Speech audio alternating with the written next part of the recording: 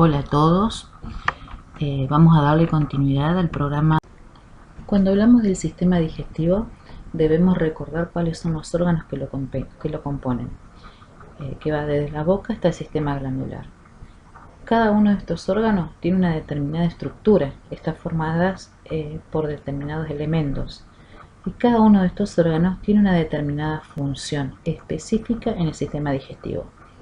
Estos son algunos aspectos que debemos considerar al momento de la valoración, porque nos va a permitir a nosotros determinar a qué nivel del sistema digestivo nuestro paciente, nuestro sujeto de cuidado está presentando algún tipo de alteración.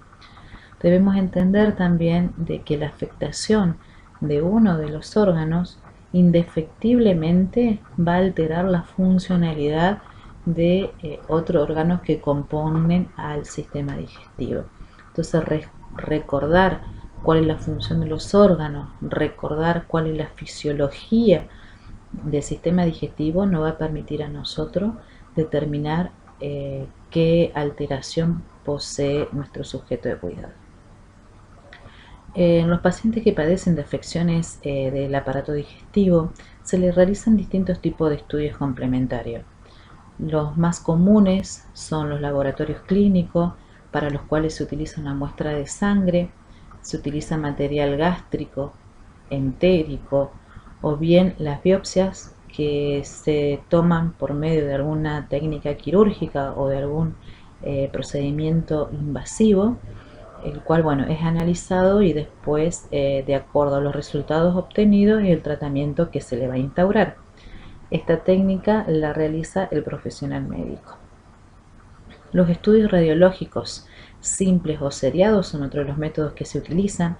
El estudio seriado se le administra al paciente una sustancia contrastada, lo que va a permitir ver la motilidad y las dimensiones que tiene el órgano al cual se está tratando de observar en forma interna, ¿no? Algunos de ellos son la colangiografía, la colecistografía, el colon por enema, ¿sí? Todas técnicas, todos estudios diagnósticos que merecen de una adecuada preparación para que el estudio se realice en forma correcta y así evitar la suspensión, ¿no?, de este tipo de estudio, de este turno que se le dan a los pacientes y postergarlo, con lo que conllevaría esto una pérdida de tiempo y por supuesto tiempo que es sumamente valioso, ya que según el resultado que se obtenga va a ser el tratamiento que se le va a instaurar. Otro de los estudios es la tomografía axilar computada, la resonancia magnética nuclear en las instituciones que lo poseen, las ecografías se utilizan mucho en estas afecciones, las cuales también merecen en muchos de los casos una preparación determinada, y los estudios endoscópicos que se pueden hacer, la videoendoscopía digestiva alta, que es la VEDA, que dice ahí, o esófago gastrofibroscopía, la rectosimoidoscopía, colonofibroscopía, son todos estudios diagnósticos que se realizan para observar el medio interno de cada uno de los órganos que se pueden llegar a ver afectados. Bueno, algunas de las alteraciones más comunes que se observan en el tracto digestivo son afecciones inflamatorias o infecciosas, como tenemos la esofagitis, gastritis, apendicitis, pancreatitis, colecistitis, diverticulitis, peritonitis. Son afecciones inflamatorias del sistema digestivo. También se observan abscesos anal, hernias, infartos intestinales, o bien la presencia de cuerpo extraño, por ejemplo al ingerir espina de pescado o la prótesis dentaria, cualquier tipo de elemento que pueda producir algún proceso inflamatorio en el sistema digestivo. Otro tipo de alteraciones que se observan en el tracto digestivo son las ulceraciones, que estas, de acuerdo a la ubicación en el sistema digestivo, es el nombre que se le da. Por eso tenemos las úlceras esofágicas, las úlceras gástricas, úlceras duodenal, colitis ulcerosas, que bueno, acá se observa una lesión en la mucosa de estos órganos que dan como consecuencia una ulceración. Hay afecciones tumorales como el cáncer de lengua, de base de lengua, cáncer de esófago, estómago, cáncer hepático de páncreas, de colon y de recto. De acuerdo al órgano que se ve afectado, es el cáncer que se le da el nombre, ¿no? Y otra de las afecciones son las traumáticas. Por ejemplo, a nivel abdominal tenemos traumatismo cerrado de abdomen. Puede haber lesiones por diversos elementos como herida de arma blanca, de fuego, quemaduras. Esto hablando a nivel abdominal, pero entendiendo de que el sistema digestivo comienza desde la boca, puede haber algún tipo de lesión traumática en la cavidad oral que nos permitan no nos permitan tener una buena masticación, y ya desde el comienzo se ve una alteración en el sistema digestivo. Muy en cuenta la valoración de los pacientes con afecciones gastrointestinales, y como en toda valoración debemos tener en cuenta en la entrevista cuál es el motivo de la consulta del paciente, específicamente qué tipo de alimentación consume, ¿sí? Y si está bajo algún tipo de dieta estricta o no, el ritmo evacuatorio que posee el paciente, cuáles son los hábitos, cuáles son las características de las heces en condiciones normales y cuáles son las características de las heces al momento de la valoración.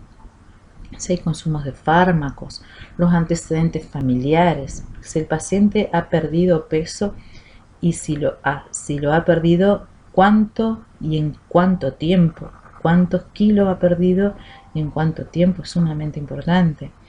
Si se ha sometido con anterioridad a algún estudio o alguna cirugía que lo pueda relacionar.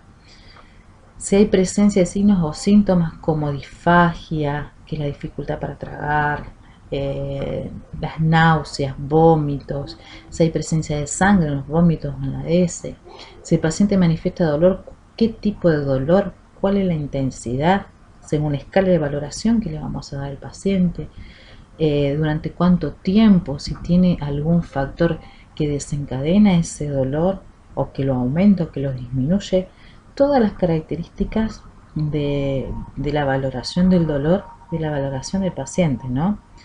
Y por supuesto el nivel sociocultural y educativo que posee este paciente, pues nosotros no nos tenemos que olvidar de que desde un primer comienzo debemos dar pautas para favorecer el autocuidado y la educación en el paciente. Cuando realizamos la valoración del paciente, nosotros tenemos en cuenta de que tenemos 4 herramientas sumamente importantes al momento de realizar la valoración de cualquier paciente, ¿no? Pero cuando hablamos de pacientes con afecciones del sistema digestivo, tenemos que tener una secuencia, ¿sí? Y esta es una secuencia lógica. En primera instancia se debe observar, en segunda instancia se debe realizar la auscultación, ¿sí? Luego la percusión y por último la palpación. ¿Y esto es por qué? Porque generalmente cuando realizamos la valoración de lo que sería la cavidad abdominal, nos encontramos con muchos órganos huecos y nos encontramos con una motilidad funcional determinada, y que nosotros al momento de realizar una palpación o una percusión podemos alterar la motilidad, ¿sí? De ese órgano, y que nos puede llegar a afectar luego en la ocultación o en la observación. Entonces siempre hay que seguir estos pasos: primero observación, segundo ocultación, tercero la percusión y cuarto la palpación, ¿sí? Además de tener en cuenta que la mayoría de los pacientes que hacen su consulta por afecciones del sistema digestivo, en la mayoría de los casos los pacientes manifiestan dolor. Entonces, si nosotros vamos a palpar el abdomen, por ejemplo, y ya el paciente está con dolor, generalmente hacen una defensa y se nos va a dificultar el resto de la valoración. Cuando vamos a hacer esa valoración, tenemos que tener en cuenta también la división que hay que hacer en la pared abdominal en cuanto a los distintos cuadrantes, superior e inferior, y los cuadrantes izquierdo y derecho, ¿sí?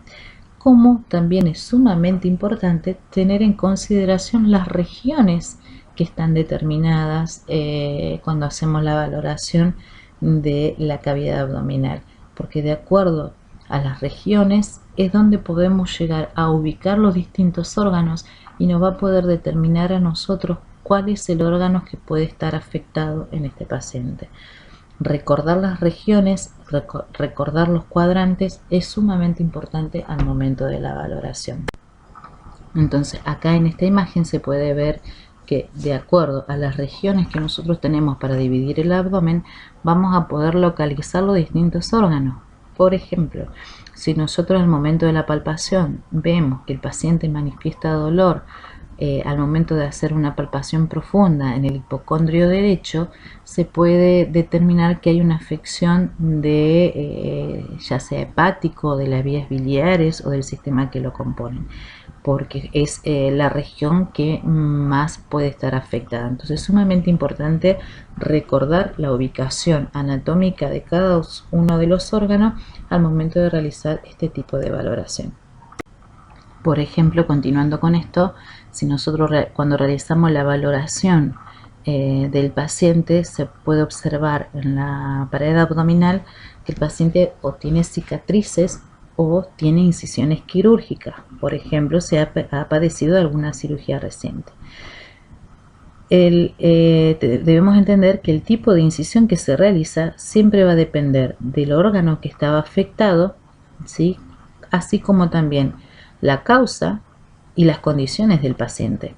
Entonces, si nosotros vamos a valorar al paciente y logramos determinar que tiene una incisión, por ejemplo, en el hipocondrio derecho, en el reborde costal, como ahí muestra la imagen el número 1, que es una incisión de Kocher, podemos determinar que este paciente en algún momento tuvo una cirugía de vías biliares y que ha dejado esa cicatriz, se está montando una cicatriz.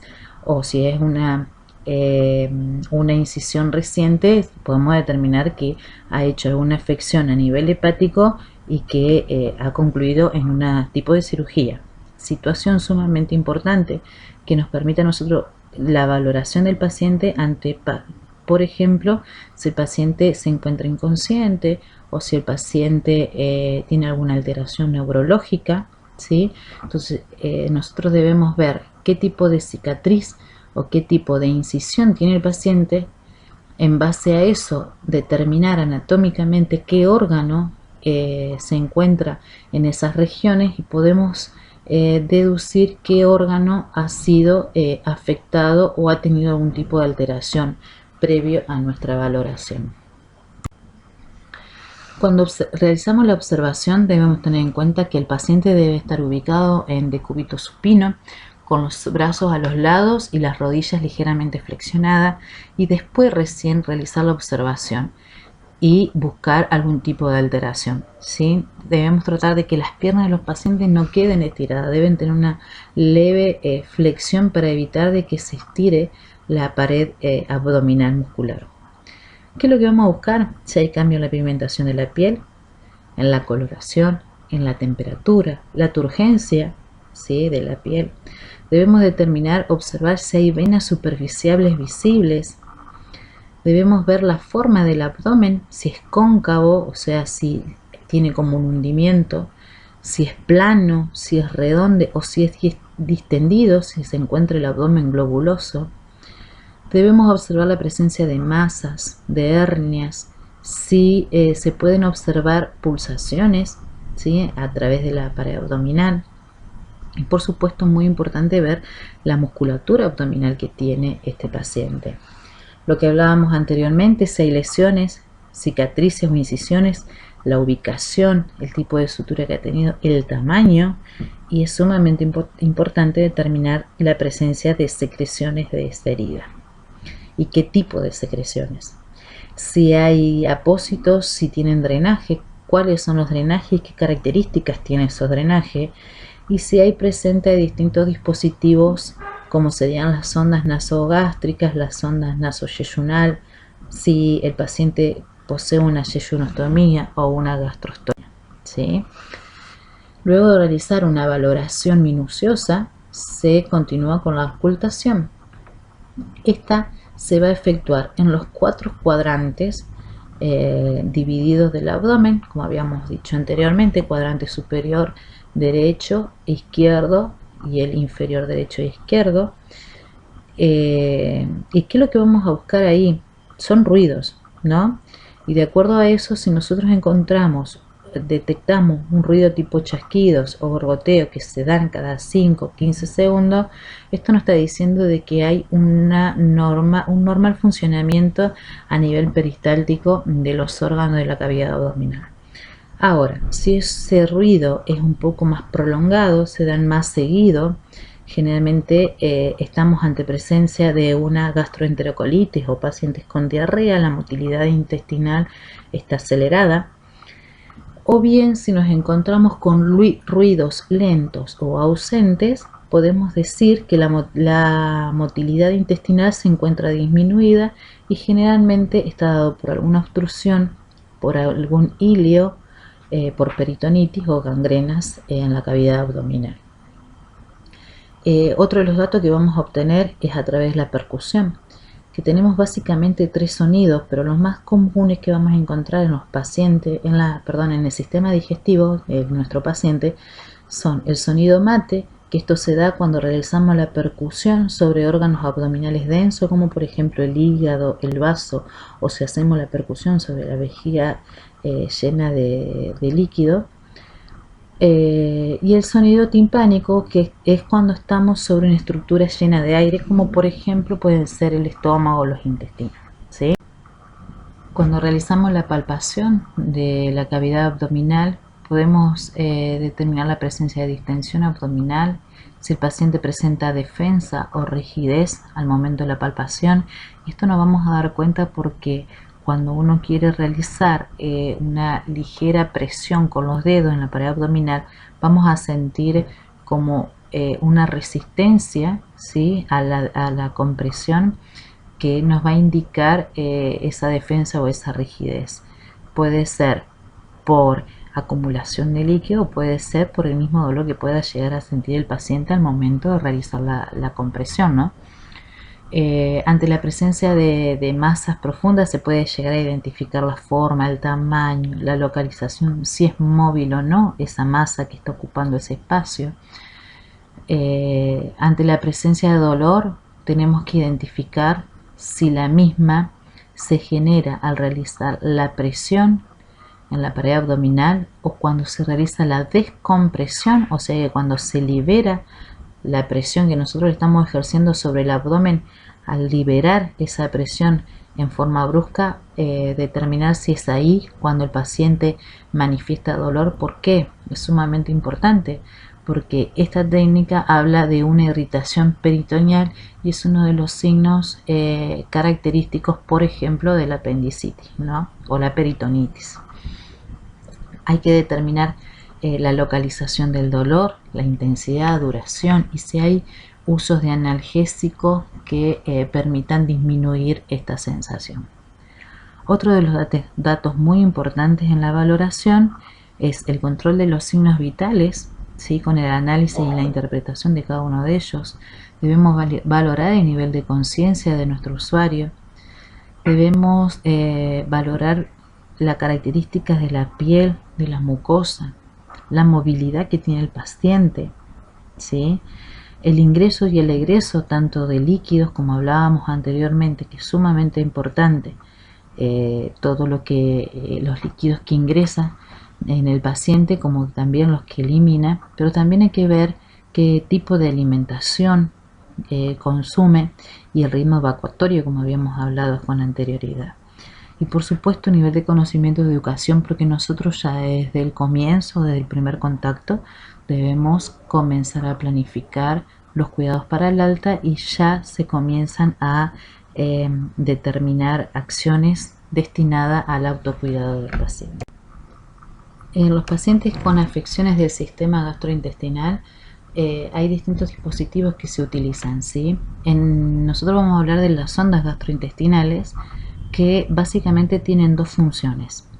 Una actúa como un sistema para la alimentación alternativa y otro como un sistema de drenaje. Cuando hablamos del sistema de drenaje, se utiliza para realizar una descompresión de la cavidad gástrica, básicamente con fines preventivos en caso de pacientes que puedan llegar a padecer de broncoaspiración, por ejemplo, por su estado neurológico. Pueden ser con fines diagnósticos o terapéuticos. ¿Sí? La administración de medicación por sonda nasogástrica es frecuente en los pacientes con, por ejemplo, alteraciones neurológicas. Este es en cuanto a al sistema como drenaje, pero también estos dispositivos permiten la implementación de un sistema de alimentación alternativo enteral, y para ello se utilizan las sondas nasogástricas, se utilizan las sondas nasoyeyunal. Se puede realizar a través de una gastrostomía o de una yeyunostomía, que es un sistema de apertura que nos permite conectar desde el exterior al interior del órgano y poder, en este caso, administrar alimentación, o bien se le puede llegar a dar algún tipo de fármaco si la vía lo permite, evitando el sistema digestivo en su parte superior, la cual por algún tipo de traumatismo o algún tipo de patología impide su utilización, ¿no? Entonces son básicamente los sistemas que tenemos. Estas son algunas imágenes que podemos ver cuáles son la vía de la sonda nasogástrica, la gastrostomía, que es una conexión del exterior directo a la cavidad gástrica, la yeyunostomía, que es una conexión directa del exterior al yeyuno y que nos permite a nosotros administrar distintas sustancias, evitando la parte superior del sistema digestivo. Esto, como nosotros lo podemos llegar a observar en el paciente, fíjense de que son pacientes que en algunos pueden estar internados, pero en otros casos son sistemas que se pueden llegar a utilizar en el medio domiciliario. Así como decimos que la sonda tiene la finalidad de proporcionar un sistema para poder realizar una alimentación enteral a los pacientes, también actúa como drenaje, ¿no? Para descomprimir la cavidad gástrica. Y en este sentido nosotros tenemos que decir que drenaje hace referencia a todo procedimiento o dispositivo que se utiliza para obtener una evacuación de los líquidos orgánicos de diversa naturaleza, ya sea sangre, pus, secreciones digestivas, exudado, orina, entre otros. ¿Qué es lo que pasa con esta sustancia? Por su solo presencia, por la situación del paciente o por la cantidad que contiene esta cavidad, se vuelve nocivo para el sistema general, ¿sí? Entonces la necesidad de drenarlo es sumamente importante para mejorar el estado del paciente. Dentro de los drenajes gastrointestinales vamos a nombrar tres que son los más comunes. Están las sondas nasogástricas, que como habíamos hablado es para descomprimir la cavidad gástrica y que se da por gravedad, ¿sí? Este es un sistema de drenaje pasivo, se da por gravedad. El drenaje de Kerr, que es una sonda en T que asegura la descompresión de las vías biliares, ¿sí? Que generalmente ante la manipulación de este sistema se genera una inflamación secundaria y ese líquido que se va acumulando tiene que drenar. Este drenaje es pasivo y es por gravedad, igual que las sondas nasogástricas en su mayoría. El drenaje de Kerr se encuentra colocado en el colédoco y en el conducto hepático. Entonces la característica de lo drenado en este sistema va a ser, debería ser bilis, ¿no? El otro de los drenajes es el Redon, que este sí es un sistema activo, que es diferente porque acá actúa por diferencia de presión. Es un tubo flexible y fino que está conectado a un frasco transparente al vacío. Actúa por presión. Este drenaje se tiene que cambiar pinzando las tubuladuras para evitar el retroceso de líquido de lo drenado. O sea, la cantidad de líquido que contenga el frasco al momento de desconectarlo para que no entre líquido a la cavidad abdominal o no entre aire a la cavidad abdominal, lo que hay que hacer es un pinzamiento de las tubuladuras para poder hacer un adecuado cambio de los frascos aspirativos. Estos son algunos de los ejemplos que se ven, ¿sí? Y estas son algunas de las imágenes que nos permiten a nosotros determinar tanto los tipos de drenajes que podemos ver como las incisiones o cicatrices que se pueden detectar en estos pacientes. A los pacientes con afecciones del sistema digestivo son numerosas las actividades que enfermería realiza para mejorar su estado, ¿no? Pero ahora vamos a hablar de los cuidados específicos de enfermería en los pacientes con drenaje gastrointestinales. Primeramente debemos poder identificar cuál es el tipo de drenaje que posee el paciente y cuál es su ubicación anatómica. Como hablábamos anteriormente, si hablamos de un drenaje de Kerr, lo normal es que la sustancia que se va a drenar sea bilis. Ahora, si lo que observamos es sangre, pus o material entérico, ya sabemos que las medidas a tomar son otras. Entonces, saber bien cuál es la ubicación nos va a determinar a nosotros qué tipo de sustancia debe drenar ese dispositivo. Debemos verificar la correcta sujeción de los drenajes. Muchos de ellos están sujetos con algún punto de sutura, ¿sí? Pero algunos, como por ejemplo la sonda nasogástrica o nasoyeyunal, el sistema de sujeción es a través de una cinta adhesiva o un tipo de adhesivo.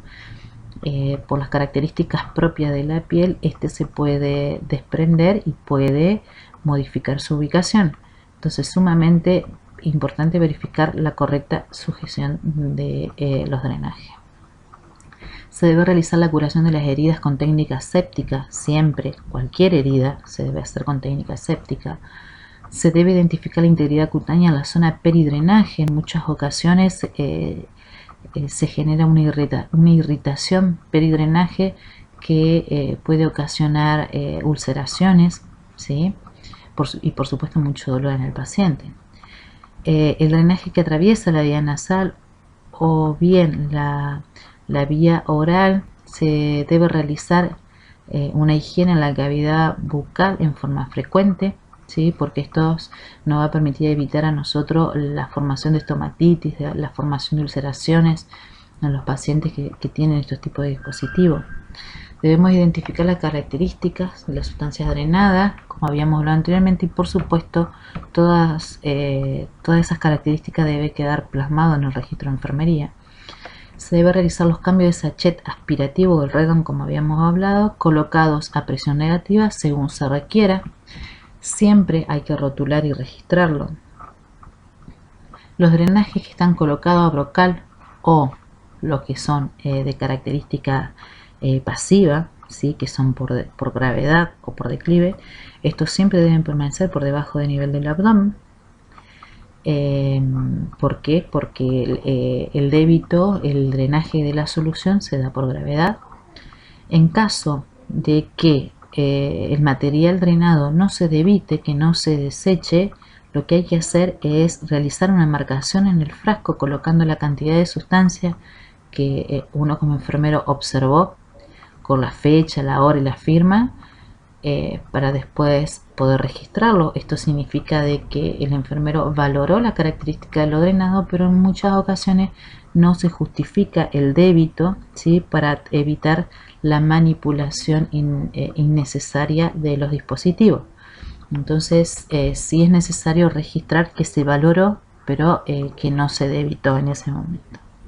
Verificar periódicamente que las tubuladuras del drenaje no se encuentren acodados o estén presionados en algún punto, y esto se da muchas veces, por ejemplo, cuando de una posición semi-Fowler se lo coloca al paciente en decúbito, se baja la cama y a veces se presionan las tubuladuras con la cama. Tenemos que tener muy en cuenta esos aspectos.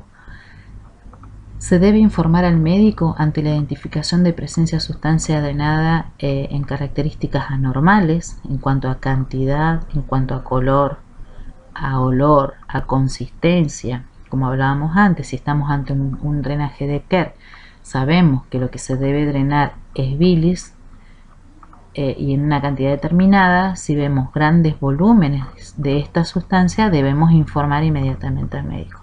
Si vemos que lo que drena es sangre, hay que informar. Si vemos que lo que drena es material entérico, hay que informar a la brevedad, porque son situaciones que tienen que resolverse con prontitud. Y por supuesto que hay que informar al paciente y a la familia en relación a los cuidados propios del drenaje, ¿sí? Como hablábamos anteriormente, los sistemas de sondas gastrointestinales tenían la función de descomprimir, actuaban como drenaje en determinadas situaciones, y en otras no permitían dar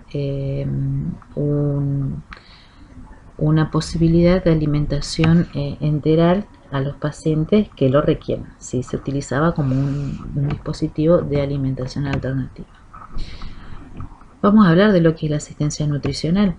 Para implementar la asistencia nutricional se ponen en consideración distintos aspectos propios del paciente, como por ejemplo el estado nutricional, el grado de catabolismo que tenga el paciente, el tiempo de insuficiencia gastrointestinal que posee el paciente, tanto en el pasado como la que puede llegar a tener a futuro, y la reversibilidad de la patología de base, ¿sí? ¿A quienes se le debe proveer de una asistencia nutricional adicional? Es aquel paciente que no pueda comer, aquel paciente que no debe comer, a quien no quiere comer y el que no puede comer suficientemente, ¿sí? Básicamente se da en pacientes con patologías, tanto quirúrgicas como médicas. Dentro de las patologías quirúrgicas se pueden comenzar con un tratamiento de asistencia nutricional en la etapa preoperatoria, en los pacientes que padecen de cáncer del aparato digestivo, pacientes que padecen de úlceras gástricas y duodenales o complicaciones de estas patologías, o bien en pacientes con obstrucciones intestinales. Y el objetivo principal es darle un adecuado estado nutricional para poder favorecer la evolución postoperatoria de estos pacientes. En los pacientes que están cursando un postoperatorio por una insuficiencia gastrointestinal que como consecuencia en el postoperatorio, ya sea por ilio, por recesiones intestinales, por complicaciones de la insuficiencia gastrointestinal que se dan por fístulas, evisceraciones, por grandes cirugías, ¿sí? Donde hay una pérdida importante de nutrientes que requiere ser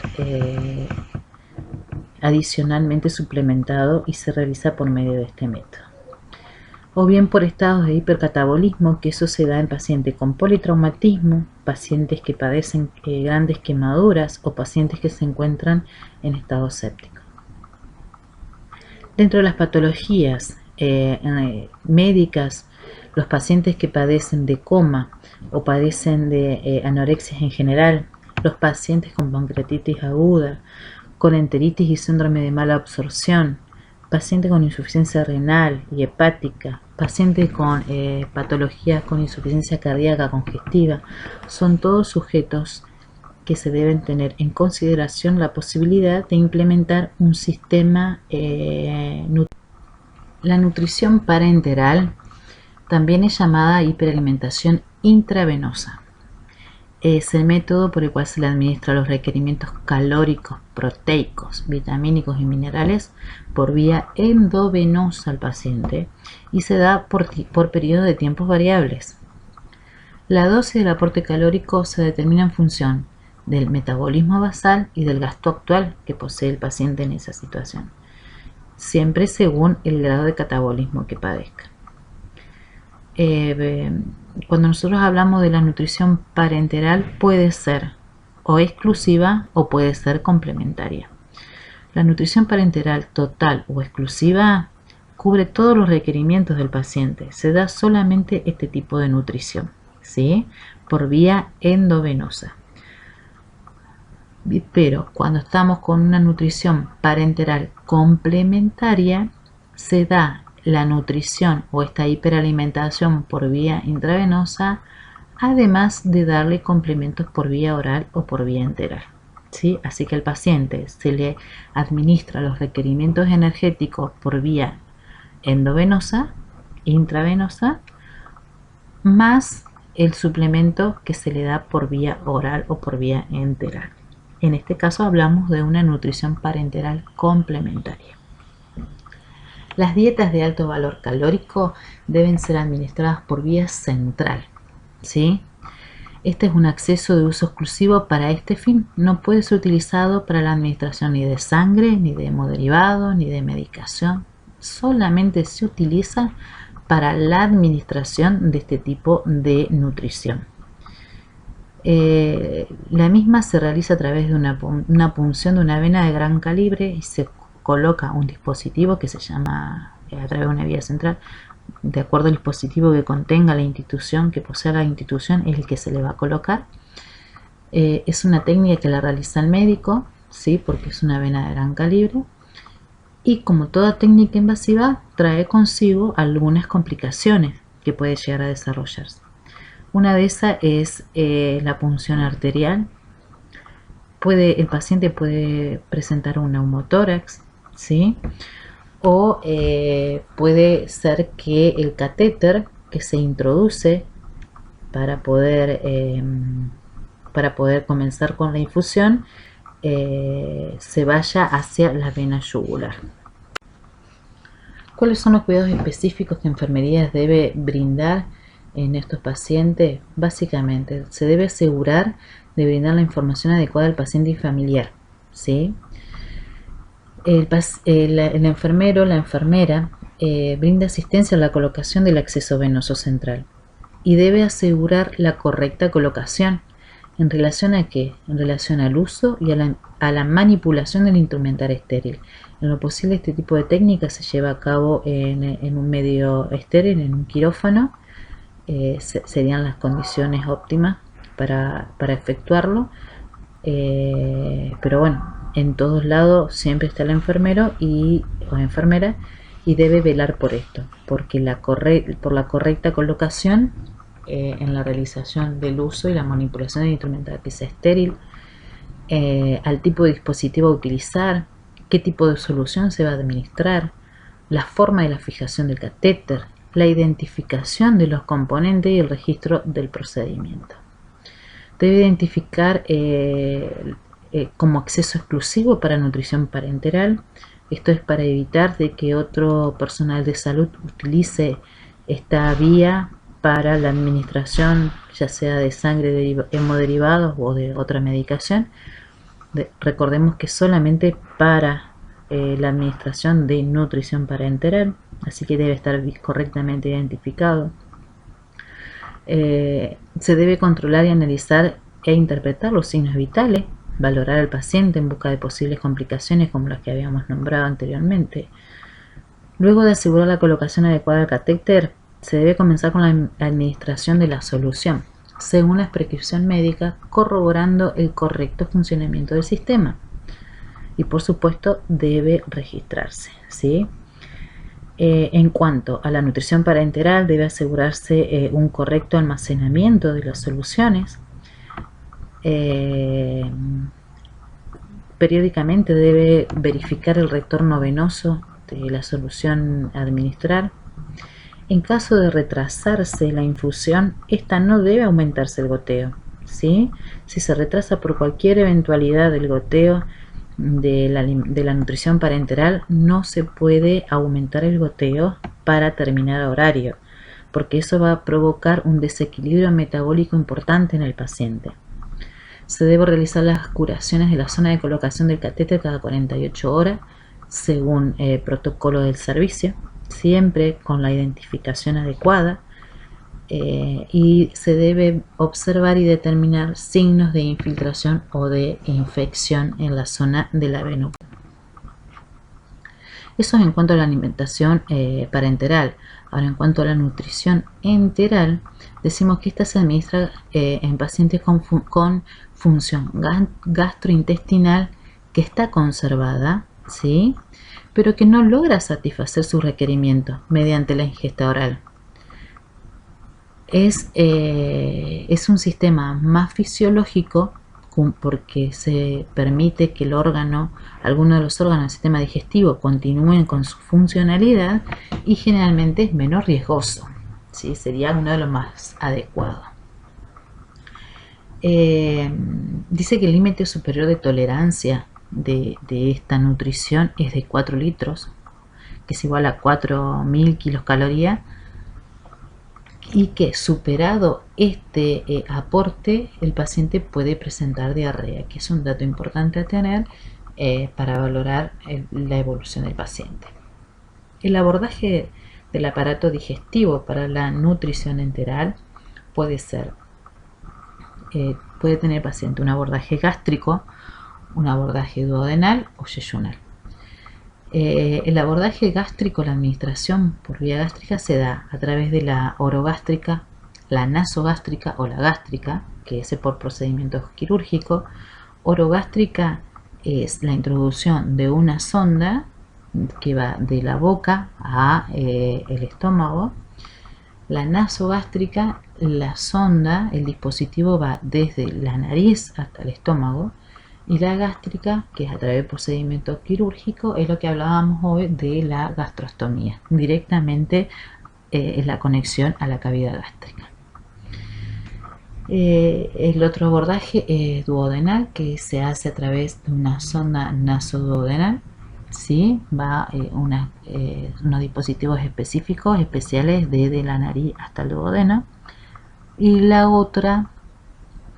otro abordaje es a través del sistema yeyunal, que es por una cateterización yeyunal, que también es un procedimiento quirúrgico. Se hace a través de una yeyunostomía, como lo que habíamos hablado anteriormente.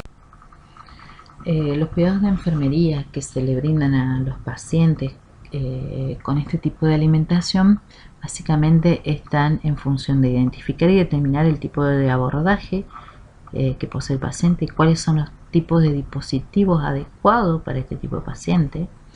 Se debe informar sobre el procedimiento que se va a realizar, realizar la colocación del sistema de alimentación en caso de que sea un procedimiento propio de las competencias de enfermería. Asegurarse el adecuado almacenamiento de la solución a administrar. Una vez que está verificada la ubicación anatómica del catéter, primero hay que saber que esté colocado en el lugar anatómico correcto.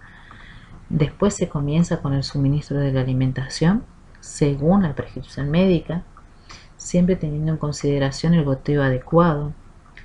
Se debe mantener la posición Fowler o semi-Fowler a fin de evitar el reflujo o la aspiración, la broncoaspiración. Se debe realizar los cuidados específicos según el tipo de dispositivo.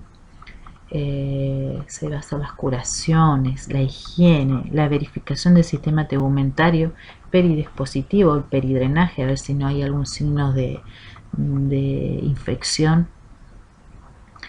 Debemos verificar el volumen residual gástrico y esto se hace cada 2 horas, ¿sí? El cual no debe superar los 200 centímetros cúbicos. Ante la posibilidad de que la cantidad de contenido gástrico residual supere este volumen, se suspende la alimentación y valorar el balance hidroelectrolítico, y debemos informar sobre posibles desequilibrios. Otra situación en la cual como personal de salud frecuentemente nos encontramos es la asistencia a pacientes que poseen algún tipo de ostomía. La ostomía es un procedimiento quirúrgico en el que se hace una apertura quirúrgica en la pared abdominal que permite el paso desde el intestino o de orina desde la vejiga hacia el exterior del organismo, ¿sí? Esto permite la exteriorización de la sustancia. Se realiza para corregir algún defecto anatómico o para la liberación de esa sustancia que continúa en el organismo por obstrucción que se presente. Así como se realiza esta ostomía en la pared abdominal, también hay otro órgano que necesita tener un contacto directo con el exterior y que se hace a través de una traqueotomía, que es la tráquea, cuando hay alguna afección en el sistema respiratorio superior y que hay que liberar, que hay que permitir el pasaje de aire, evitando el sistema respiratorio de vías superiores. Este tipo de procedimiento trae consigo cambios físicos y quirúrgicos sociales sumamente importantes, tanto para la persona que lo padece como para la familia, ¿sí? Así que es sumamente importante que este paciente reciba una atención interdisciplinaria para poder sobrellevar esta situación que no es para nada linda, diríamos. Las ostomías se clasifican según su función, según su permanencia y según el órgano que esté implicado. Según la función, ¿sí? Puede ser para nutrición, puede ser para drenar o para eliminación. Según su permanencia pueden ser temporales o definitivos. Y según el órgano implicado pueden ser ostomías intestinales como la iliostomía o la colostomía. Pueden ser ostomías urinarias como la citostomía, la nefrostomía o la ureterostomía, y a nivel traqueal se llama traqueotomía. Ahí ustedes podrán observar, sumamente importante, a nivel abdominal, dónde están ubicados. Fíjense que la iliostomía, el estoma está en el ilio, entonces generalmente la sustancia que va a drenar por este orificio es materia fecal o veces más bien líquida, ¿sí? Y cuando hablamos de tipo de colostomía, que de acuerdo a la porción del intestino que esté afectado y la ubicación que se le va a dar, si es en el colon transverso, si es en el ascendente o en el descendente, en el sigmoide, de acuerdo a la ubicación, va a ser las características de la S que va a eliminar este dispositivo. Fíjense en que la colostomía, cuando se coloca en el colon ascendente, se llama secostomía o colostomía proximal. Se puede realizar en el colon transverso, en el descendente, una colostomía distal, o sigmoidea, una sigmoidectomía. ¿Qué es lo que permite este dispositivo? La evacuación de gases y de heces, tanto distales, ¿sí? Perdón, cuanto más distal las heces, mayor consistencia es. Si estamos en la ascendente o en la transversa, va a ser más líquida que la que vamos a obtener de una colostomía ubicada en el sigmoide. Cuando hablamos de iliostomía, está realizada en la porción del intestino delgado, ¿sí? Con eliminación del colon rectoiano. No hay funcionalidad del colon rectoiano. Las evacuaciones acá van a ser heces más bien líquidas, viscosas y abrasivas, ¿sí? Son muy ácidas, lastiman mucho la piel. Se utilizan bolsas de evacuación abierta porque, como verán, las heces son líquidas, entonces con este dispositivo se puede eliminar el contenido que contiene la bolsa colectora de iliostomía sin necesidad de realizar el recambio de la bolsa del dispositivo. Una evacuación abierta de una pinza con obturador en el extremo. Y la urostomía, que el dispositivo es similar, se realiza para solucionar problemas del tracto urinario. Y lo que tenemos que observar acá, básicamente la evacuación de orina, ¿sí?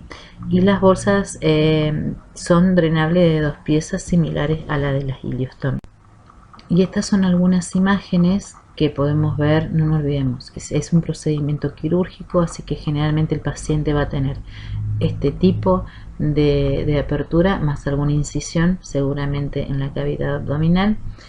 Y como todo procedimiento tiene sus posibles complicaciones. Y acá, por ejemplo, tenemos granulomas, tenemos un prolapso, ¿sí? Que es la exteriorización de la parte intestinal, necrosis, periestoma, que es sumamente importante observarlo y ver cómo evoluciona, porque esto después seguramente hay que retirar. Esto es una colostomía sobre varilla, ¿sí? En un postoperatorio inmediato. Las lesiones que se generan, la estenosis que se puede realizar, o sea que se hace una estrechez en el orificio, y qué es lo que va a ocurrir, nuevamente se va a obstruir y generalmente vuelven a realizar otra cirugía para hacer nueva apertura de este estoma, ¿sí? Así que bueno, ir evaluando las características que tienen para ir determinando la evolución de este tipo de herida.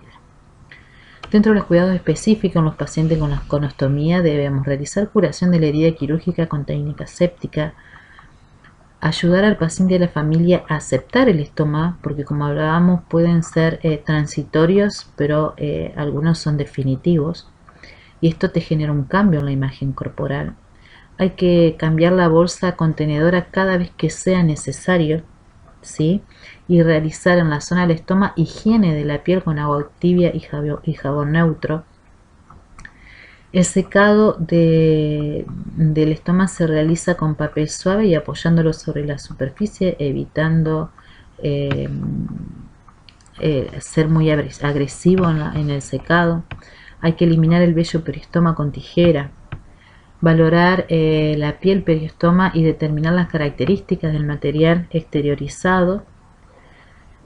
Hay que identificar posibles complicaciones, como por ejemplo la retracción, el prolapso, hernia, si hay oclusión o necrosis, como habíamos observado, si hay presencia de hemorragia en las bolsas. Se debe medir el orificio y luego recortar la bolsa, que eso seguramente lo van a ver después para el área de gabinete en las presentaciones que se van a realizar. Se debe educar al paciente y a la familia sobre el procedimiento de cambio de imagen y la elaboración de un plan nutricional adecuado, informándole al paciente y al familiar cuál es la importancia de llevar a cabo este cuidado, ¿sí? Ahí, como verán, tienen distintas dimensiones, de las cuales se recorta de acuerdo al tamaño del estómago que tiene el paciente. Y por favor, sumamente importante determinar el aspecto psicológico de este tipo de paciente, porque les puedo asegurar de que es sumamente complejo y trae consigo problemas físicos. Aparte del problema físico, trae consigo problemas familiares, económicos, sociales importantes. Así que hacer una intervención multidisciplinaria es esencial en este tipo de pacientes. Bueno, damos por finalizada la primera parte y ahora vamos a continuar con la segunda parte.